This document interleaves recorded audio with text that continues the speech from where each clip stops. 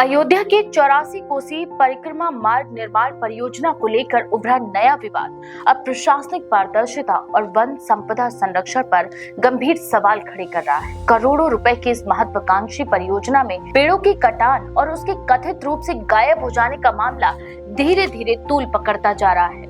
आरोप है कि वन निगम और कार्यदायी संस्था के बीच मिली भगत के चलते न केवल नियमों की अनदेखी हुई बल्कि सरकारी खजाने को भी नुकसान पहुंचाया गया है। 84 कोसी परिक्रमा मार्ग जो धार्मिक दृष्टि से बेहद ही महत्वपूर्ण माना जाता है, 5 जिलों से होकर गुजरता है और इसके निर्माण के लिए कई वन क्षेत्रों में पेड़ों की कटान आवश्यक बताई गई थी। लेकिन अब यही प्रक्रिया विवादों के केंद्र में आ गई है।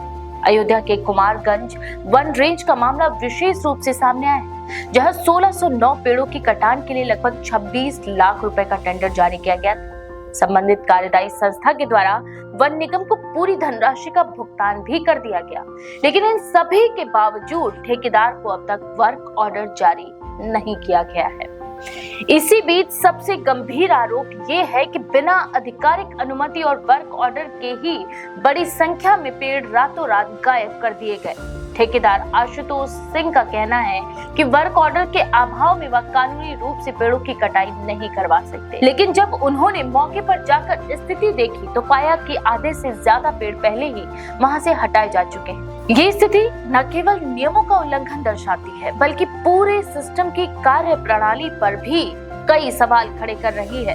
दरअसल ठेकेदार के मुताबिक उन्होंने इस संबंध में कई बार संबंधित अधिकारियों से शिकायत भी की है, लेकिन उस पर कोई ठोस कार्रवाई नहीं की गई। उनका ये कहना है कि वह न केवल आर्थिक नुकसान झेल रहे हैं बल्कि उनकी पेशेवर साख पर भी असर पड़ रहा है। उन्होंने कहा कि हमने नियमों के तहत टेंडर लिया, भुगतान किया, लेकिन वर्क ऑर्डर ही नहीं मिला। अब जब पेड़ गायब हो रहे हैं तो जिम्मेदारी किसकी है? ये सवाल वो बार बार उठा रहे हैं।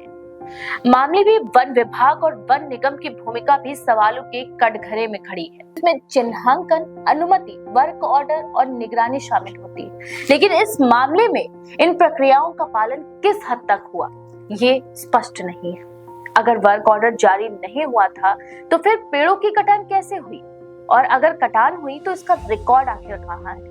बताते हैं कि ये मामला केवल प्रशासनिक लापरवाही तक सीमित नहीं है बल्कि इसमें संगठित स्तर पर अनियमितताओं की आशंका भी है। कुछ लोगों का ये दावा है कि कीमती लकड़ी को अवैध रूप से हटाकर बाजार में बेचा गया हो सकता है, जिससे सरकारी राजस्व को भारी नुकसान हुआ है। हालांकि इन सभी दावों की आधिकारिक पुष्टि अभी तक नहीं हो सकी है। प्रकरण ने 84 कोसी परिक्रमा मार्ग परियोजना की विश्वसनीयता पर भी असर डाला है। ये परियोजना धार्मिक पर्यटन को बढ़ावा देने और क्षेत्रीय विकास के उद्देश्य से शुरू की गई थी, लेकिन अब इसमें सामने आ रहे विवाद इसके क्रियान्वयन पर कई सवाल खड़े कर रहे हैं। अगर समय रहते इस मामले की निष्पक्ष जांच नहीं की गई तो ये न केवल पर्यावरणीय नुकसान का कारण बनेगा बल्कि जनता के विश्वास को भी कमजोर कर देगा। एक्सपर्ट्स का ये मानना है कि इस तरह के मामलों में पारदर्शिता और जवाबदेही बेहद ही जरूरी होती है। वन संपदा एक सार्वजनिक संसाधन है और इसकी सुरक्षा सरकार की प्राथमिक जिम्मेदारी है। ऐसे में अगर पेड़ों की कटान में अनियमितता सामने आती है तो संबंधित अधिकारियों और संस्थाओं की भूमिका की गहन जांच बेहद ही जरूरी हो जाती है।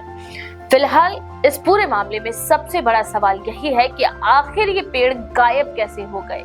क्या ये प्रशासनिक चूक है या फिर इसके पीछे कोई संगठित भ्रष्टाचार का खेल चल रहा है? और सबसे अहम बात, क्या जिम्मेदारों पर कोई कार्रवाई होगी या ये मामला भी अन्य विवादों की तरह समय के साथ ठंडे बस्ते में डाल दिया जाएगा?